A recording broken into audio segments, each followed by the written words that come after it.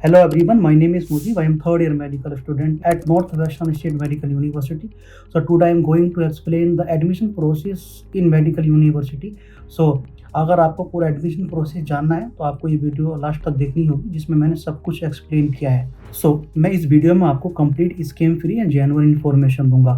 मैंने कुछ पॉइंट यहाँ लिख रखे हैं लाइक कि जैसे बहुत सारे स्टूडेंट्स जो MBBS अब्रॉड के लिए इंटरेस्टेड होते हैं उनमें से बहुत सारे स्टूडेंट्स को ये पता ही नहीं होता कि कैसे अप्लाई किया जाता है, यूनिवर्सिटी में कैसे अप्लाई करते हैं और कितने एडमिशन प्रोसेस के स्टेप्स होते हैं, एंट्रेंस एग्ज़ाम कैसा होता है, एडमिशन प्रोसेस क्या होता है।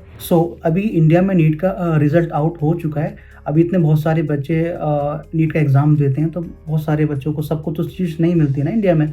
बहुत सारे बच्चे मैक्सिमम बच्चे रशिया आते हैं अपने MBBS के लिए। एंड रशिया वह कंट्री है जो MCI की गाइडेंस को कम्प्लीटली फुलफ़िल करता है। जो बच्चे MBBS अब्रॉड के लिए रशिया में इंटरेस्टेड हैं तो उनके लिए यही वीडियो है कि बहुत सारे बच्चों को ये पता ही नहीं होता कि यूनिवर्सिटी सिलेक्शन कैसा करना होता है। आप जब किसी कंसल्टेंट से बात करोगे तो कंसल्टेंट्स क्या होते हैं कि वो किसी एक स्पेसिफिक यूनिवर्सिटी के बारे में बोलते हैं। तो आपको ऐसा नहीं करना है। आपको अपना एग्ज़ाम आपने दिया है तो हर बच्चे में, हर स्टूडेंट्स में ये नॉलेज होता है कि वो अपने लेवल पर यूनिवर्सिटी का सिलेक्शन कर सकता है। अब रशिया में 75+ मेडिकल यूनिवर्सिटी हैं जिसमें मुझे लगता है कि सब में इंडियन स्टूडेंट्स हैं ही, लेकिन आपको सब में तो नहीं जाना ना, आपको किसी एक स्पेसिफिक और अच्छी यूनिवर्सिटी में जाना होता है। तो आपको ये खुद से चूज़ करना है। लाइक जब आप MBBS अब्रॉड के बारे में सोचो तो आपको अपना मेडिकल यूनिवर्सिटी का सिलेक्शन खुद से करना है। आपको किसी भी कंसल्टेंसी के चक्कर में नहीं पड़ना है, आपको अपनी बेस पर करना है। जैसा कि मैंने पहले भी बोला कि रशिया में 70+ मेडिकल यूनिवर्सिटी हैं जिसमें से सभी में लगभग इंडियन स्टूडेंट्स पढ़ते ही हैं। तो आपको अपनी यूनिवर्सिटी का सिलेक्शन अपनी बेस पर करना है, आपको किसी भी कंसल्टेंसी के चक्कर में नहीं पड़ना। और जब आप अपनी यूनिवर्सिटी का सिलेक्शन कर लेते हैं तो आपको एक यूनिवर्सिटी चूज़ करने में आसानी होती है। देखो prawns and cons her university का होता है, लेकिन आपको अच्छी ही जगह जाना है, ठीक है। इस बात का आपको ध्यान रखना है। तो एक बात मैं आपको बता दूं, जैसे इंडिया में नीट का एग्ज़ाम होता है, रशियन मेडिकल यूनिवर्सिटी को नीट एग्ज़ाम से कुछ भी मतलब नहीं होता।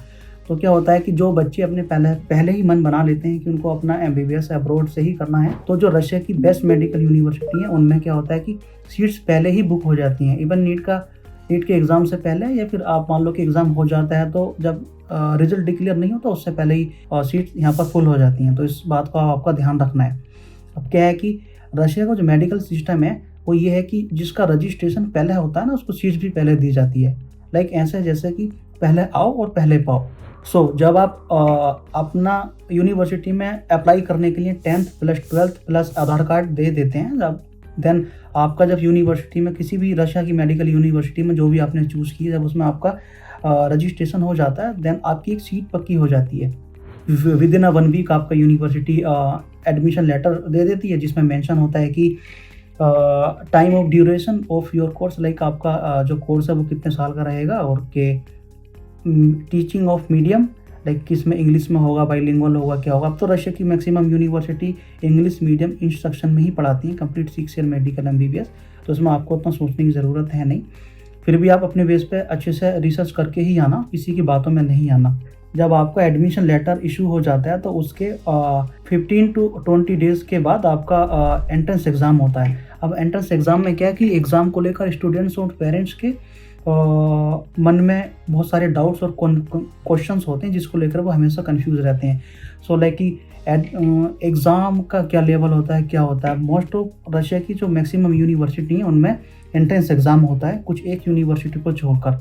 अभी इस एग्ज़ाम में सब्जेक्ट क्या होते हैं, मेनली आपका केमिस्ट्री होता है और इंग्लिश होता है। इंग्लिश भी बेसिक की स्टूडेंट्स को इंग्लिश आता है कि नहीं आता, थोड़ा बहुत कि वो बोल सकता है कि नहीं, और बायोलॉजी होता है।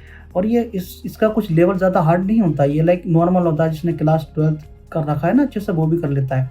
एग्ज़ाम को लेकर इतना कोई डरने की ज़रूरत नहीं होती, ये लाइक फॉर्मेलिटी होती है ये।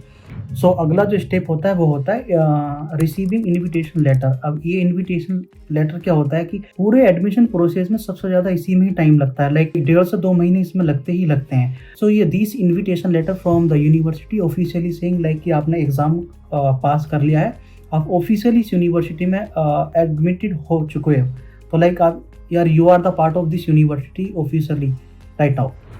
आपका लास्ट स्टेप होता है वीज़ा प्रोसेसिंग। जब आपका एग्ज़ाम पास कर लेते हो, आपका इन्विटेशन लेटर आ जाता है, आपकी ओरिजिनल डॉक्यूमेंट चले जाते हैं, तो जो आपका वीज़ा स्टाम्पिंग होता है वो मोस्टली यही होता है कि 1 हफ़्ते के अंदर ही आ जाता है। इसके बाद आपकी जब ये अप्रूव हो जाता है, देन आपका ये हो जाता है कि आपको कब अपनी फ़्लाइट करना है, कब आपको रशिया के लिए आना है। तो यही सब प्रोसेस था जो मैंने इस वीडियो में आपको एक्सप्लेन किया।